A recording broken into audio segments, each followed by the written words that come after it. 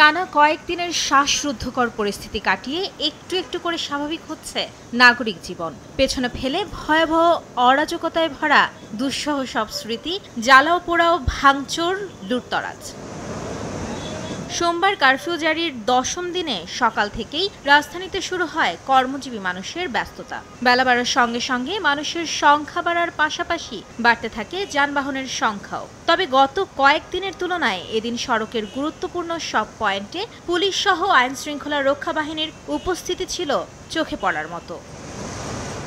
রাজধানীর Rampura, Badda, Uttara, science lab সহ বেশিরভাগ ব্যস্ততম মোড়ে পুলিশ আছে সতর্ক অবস্থায়। পাশাপাশি র্যাব, বিজিবি, আনসার বাহিনীর সদস্যরাও বজায় রাখে নিজেদের কড়া নিরাপত্তা প্রহরা।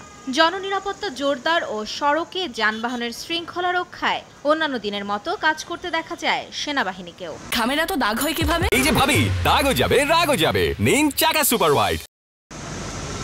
রাজধানী জুড়ে আইন শৃঙ্খলা রক্ষা বাহিনীর সদস্যদের বাড়তি উপস্থিতি থাকলেও খুব একটা প্রভাব পড়েনি মানুষের জীবনযাত্রায়। বরং অনেকটা নিরাপদে নিজেদের প্রয়োজনীয় কাজ সারতে দেখা যায় সাধারণ মানুষকে। মোটামুটি স্বাভাবিক, মানুষজন সেইভাবেই একটু সেফলিভাবে বের হচ্ছে। গাড়িগুলো চলতেছে ভালোই, এতদিন তো গাড়িগুলো ঠিক মতো চলে নাই। রাস্তায় তো প্রশাসনের লোক আছে, জানি না কি হবে। গাড়ি ঘোড়ার চাপ বেশি, মানুষের মনে কি জানি না, আমার নিজের মনে আতঙ্ক আছে। তারা কিন্তু তাদের আন্দোলন প্রত্যাহার করেছে।